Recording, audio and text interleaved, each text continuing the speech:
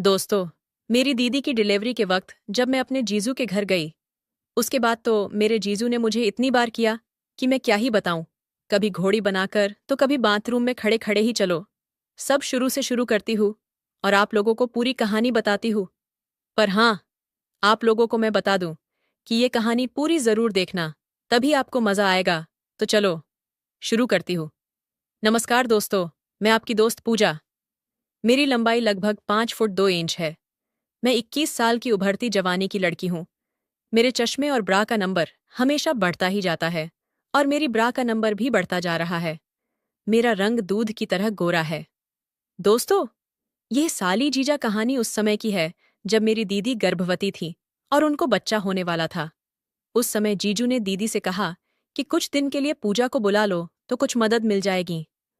और वैसे भी तुमको अब घर का काम करने के लिए डॉक्टर ने मना कर दिया है। इस पर दीदी ने अगले दिन मम्मी को फोन किया और मुझे कुछ दिन के लिए भेजने को बोल दिया। फिर भैया मुझे लेकर दीदी के घर छोड़ने आ गए।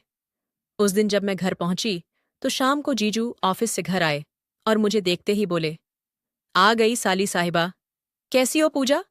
मैंने नमस्ते की और कहा, मैं ठीक हूं जीजू, आप बताइए। फिर हम सब लोग बैठकर बहुत सारे बातें करने लगे।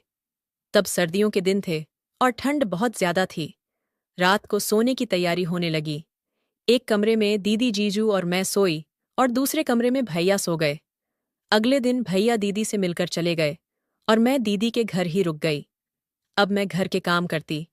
जीजू सुबह ऑफिस चले जाते थे और शाम को आते थे। अब जीजू मुझसे बहुत बातें करने लगे थे और मुझे छेड़ते भी रहते थे। और दीदी की ऐसी हालत हो गई तो जीजू बोले, साली जी, तुम कहो तो तुम्हें भी ऐसा कर दें। ये बोलकर जीजू हंसते हुए अपने के तलवार को खुजलाने लगे। मुझे बहुत शर्म आई। जब मैं किचन में काम करती तो जीजू आकर पीछे से पकड़ लेते और किस करने लगते। कई बार तो मेरे सलवार के अंदर हाथ डालकर सहलाते थे। मैं उनसे कहती, हट जाओ, दीदी आ जाएंगी। तो वे कहते, नहीं आएगी, बस तुम काम करती रहो। दोस्तों, दीदी के घर के नीचे दीदी की सास और दीदी के देवर रहते थे। दीदी की सास अधिकतर नीचे ही रहती थी क्योंकि उनके घुटनों में दर्द रहता था, इसलिए वे ऊपर नहीं आती थीं। लेकिन अगर मैं सामने पड़ जाती या आसपास कोई नहीं होता, तब दीदी के देवर मुझसे बात करने की कोशिश करते थे। दीदी के घर में किराए पर कमरा लेकर रहने वाले लड़के, आस पड़ोस के लड़के और रिश्तेदारी के बहुत से लड़के मुझे करने की जुगाड़ में रहते थे। पर मैं किसी को ज्यादा भाव नहीं देती थी और दीदी को भी ये सब पसंद नहीं था। मेरी दीदी कहती है कि आजकल के लड़के बस उसके प्यासे होते हैं। हर लड़का उसका मजा लेना चाहता है और उसमें भी अगर कुंवारी मिल जाए फिर तो कहना ही क्या है। क्योंकि यह तो दीदी को भी अच्छे से पता था कि अगर किसी लड़के ने पूजा को पटा लिया तो बिना किए तो छोड़ेगा नहीं। एक रात हम खाना खाकर लेटे ही थे कि अचानक 10 बजे दीदी के पेट में डिलीवरी का दर्द शुरू हो गया। उनकी हालत बिगड़ने लगी तो जीजू ने गाड़ी निकाली, दीदी को अस्पताल ले गए और भर्ती करा दिया। दीदी के साथ उनकी सास भी गई थी। मैं और दीदी के देवर घर में अकेले थे। मुझे बहुत डर लग रहा था कि कहीं दीदी के देवर ऊपर आकर मुझे कुछ करना दें। पूरी रात में ठीक से सो भी नहीं पाई, लेकिन ऐसा कुछ नहीं हुआ। सुबह जीजू घर आए और बोले, साली साहिबा, अब तुम मौसी बन गई हो, तुम्हारी दीदी को बेटी हुई है। मैंने भी जीजू को बधाई दी। ये सब कहते कहते जीजू पीछे से मेरे गुब्बारे को दबाने लगे और मेरी कमीज उतारने लगे। मैंने मना किया, लेकिन वो नहीं माने और किस करने लगे। फिर उन्होंने मेरी कमीज निकाल दी और मेरे ऊपर से दबाने लगे। मैं कसमसाने लगी। मैं छोड़ने के लिए बोली तो जीजू कहने लगे, साली साहिबा, मेरा लेने का बहुत मन कर रहा है। पिछले 8 महीने से मुझे नहीं मिली है। तुम्हारी दीदी ने हाथ भी लगाने नहीं दिया था, इसलिए अब मना मत करो। मैंने कहा, जीजू नहीं, प्लीज छोड़ो, दीदी को पता चल जाएगा। इतना कहकर मैंने अपने आप को छुड़ाया और बाथरूम में नहाने के लिए भाग गई। तभी जीजू आए और बाथरूम का दरवाजा खोलने के लिए कहने लगे, लेकिन मैंने नहीं खोला। मैं नहाकर बाहर आई तो जीजू मुझे देखकर हंस रहे थे। तभी दीदी का फोन आ गया। वे कहने लगी कि नर्स ने बाजार से कुछ दवाइयां लाने के लिए बोला है। जीजू बोले, पूजा, जल्दी से खाना बना दो, तुम्हारी दीदी के लिए खाना भी लेकर जाना है। फिर मैंने खाना बनाया, जीजू ने खाना खाया और दीदी के लिए भी लेकर अस्पताल चले गए। फिर मैं सो गई। शाम को जीजू अस्पताल से घर आए और बताया कि अभी नर्स ने 2-3 दिन तुम्हारी दीदी को भर्ती रहने के लिए कहा है, क्योंकि उनको बहुत ज्यादा कमजोरी और दर्द है, इसीलिए अभी अस्पताल से उनकी छुट्टी नहीं कर सकते हैं। जीजू कहने लगे, साली जी, चाय बना लो। मैंने चाय बनाई और हम दोनों साथ बैठकर चाय पीने लगे और बातें भी करते जा रहे थे। बातों बातों में जीजू ने मुझे बताया कि कल तुम्हारी दीदी की शादी को 3 साल हो जाएगा। तभी मुझे याद आया, अरे हाँ जीजू, कल तो आपकी शादी की सालगिरह है, मैं तो भूल ही गई थी। लेकिन जीजू थोड़ा उदास हो गए क्योंकि दीदी अस्पताल में थी। मैं बोली, कोई बात नहीं जीजू, कल दीदी से मिलने चलेंगे। अगले दिन मैं जीजू के साथ दीदी से मिलने अस्पताल गई तो दीदी मुस्कुरा रही थी। तभी मुझे याद आया, अरे हाँ जीजू, कल तो आपकी शादी की सालगिरह है, मैं तो भूल ही गई थी। लेकिन जीजू थोड़ा उदास हो गए क्योंकि दीदी अस्पताल में थी।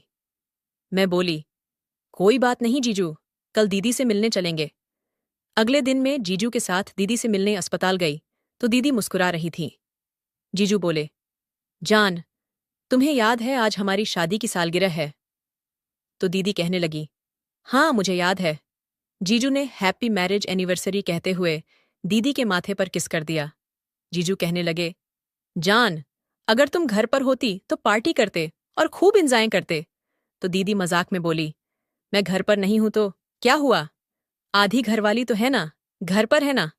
कोई बात नहीं, जब मैं घर आ जाऊंगी तब हम बाद में कर लेंगे। जीजू अपने बेटी को गोदी में उठाकर खिलाने लगे और बोले, देखो पूजा, तुम्हारी दीदी ने शादी की सालगिरह पर मुझे कितना बड़ा गिफ्ट दिया है। साली जी, आज तुम क्या गिफ्ट दोगी मुझे? ये सुनते ही जीजू मेरी तरफ देखकर हंसने लगे। मैं तभी जीजू के इरादे समझ गई थी। उनका इशारा मेरी लेने के लिए था। वे मुझे करना चाहते थे। शाम को मैं और जीजू घर आ गए। मैं रसोई में गई काम करने, तो जीजू ने पीछे से आकर पकड़ लिया और गर्दन पर किस करने लगे। मैंने जीजू को हटाया तो जीजू बोले, नहीं पूजा, आज मत रोको। इतना कहकर उन्होंने मुझे पलटा और गले से लगाकर कस के चिपका लिया और हम दोनों 1 मिनट तक ऐसे ही एक दूसरे से चिपके खड़े रहे। फिर जीजू ने अपने होंठ मेरे होठों पर रख दिए और चूसने लगे। करीब 5 मिनट बाद वे अलग हुए। मेरी आंखों में देखते हुए जीजू बोले, जान, आज मेरी शादी की 3री सालगिरह है। तुम्हारी दीदी नहीं है तो क्या हुआ, तुम तो हो। मैं तुम्हारे साथ इसे यादगार बनाना चाहता हूं। चलो अब तैयार हो जाओ। मैंने शर्मा कर सिर नीचे कर लिया। जीजू बोले, पूजा जल्दी से खाना बना लो, मैं तुम्हारी दीदी को दे आऊं। मैंने जल्दी से खाना बनाया। हम दोनों ने साथ बैठकर खाया और पैक करके जीजू को दे दिया। वे अस्पताल में दीदी को देने चले गए। दीदी के लिए खाना घर से ही जाता था। जब जीजू वापस आए तो उनके साथ एक आदमी आया था। जीजू उसको कमरा सजाने के लिए साथ लेकर आए थे। वह हमारे लिए कमरा सजाने लगा। उस रात घर पर कोई नहीं था। दीदी की सास और दीदी के देवर अस्पताल में दीदी के पास रुके हुए थे। जीजू बोले, जान, अब तुम भी तैयार हो जाओ। उन्होंने मुझे दीदी की शादी का लन्हगा और गहने सब दे दिए थे। मैं थोड़ी देर में तैयार हो गई। वह आदमी भी कमरा सजाकर जा चुका था, तो जीजू मुझे गोदी में ले गए, उठाकर कमरे में और बिस्तर पर बैठा दिया। पूरे कमरे में गुलाब के फूलों की खुशबू आ रही थी। दोस्तों, कसम से मैं किसी दुल्हन से कम नहीं लग रही थी। मुझे ऐसा लग रहा था कि जैसे आज मेरी ही सुहागरात है। मुझे बैठाकर जीजू खुद भी तैयार होने चले गए। 10 मिनट बाद जीजू आए। उन्होंने कुर्ता पायजामा पहन रखा था। वे बिल्कुल दूल्हा लग रहे थे। अब जीजू मेरे पास आए और मेरा घूंघट उठा कर मेरी आंखों में आंखें डालकर देखने लगे। मैं शर्माने लगी और जीजू से कसकर लिपटी रही। कुछ देर बाद वे अलग हुए और मुझे घुमाकर पीछे से मेरी पीठ, कान, गर्दन, कान की लौ पर किस करने लगे। मेरे ब्लाउज की डोरी खींचने लगे। जीजू एक एक करके मेरे गहने उतारने लगे और किस करते जाते। मैं तो उत्तेजित होती जा रही थी। मुझे कुछ कुछ होने लगा था। उसके बाद तो दोस्तों, मेरे जीजू ने मेरे साथ वो सब किया जो एक पति पत्नी करते हैं। मुझे तो ऐसा लग रहा था जैसे कि मेरी ही सुहागरात है आज। उस रात हमने 4 बार किया। फिर जब दीदी घर आ गई तो जीजू मुझे ऊपर वाले कमरे में ले जाकर मेरी करते जब दीदी सो जाती थी। दोस्तों, मैं वहां 1 महीने रही और 1 महीने में मेरी पता नहीं कितनी बार जमकर हुई। फिर मम्मी ने दीदी को फोन करके बोला कि अब पूजा को घर भेज दो। एक दिन दीदी कहने लगी, सुनो जी, पूजा इतने दिनों से यहाँ रुकी है, पूजा को शॉपिंग तो करा दो। तो जीजू मुझे बाजार ले गए और अच्छा सा सूट कुर्ती जीजू ने मुझे दिलवाई। घर आकर मैंने सूट कुर्ती दीदी को दिखाया, जो कि उन्हें भी अच्छा लगा। दोस्तों, अब मैं अपने जीजा से मजा लेकर मैं अपने घर आ गई। जब जीजू फोन पर बात करते हैं तो बोलते हैं, साली जी यहाँ कब आ रही हो? यहाँ आ जाओ, फिर तुम्हारी ढंग से कसरत करूंगा।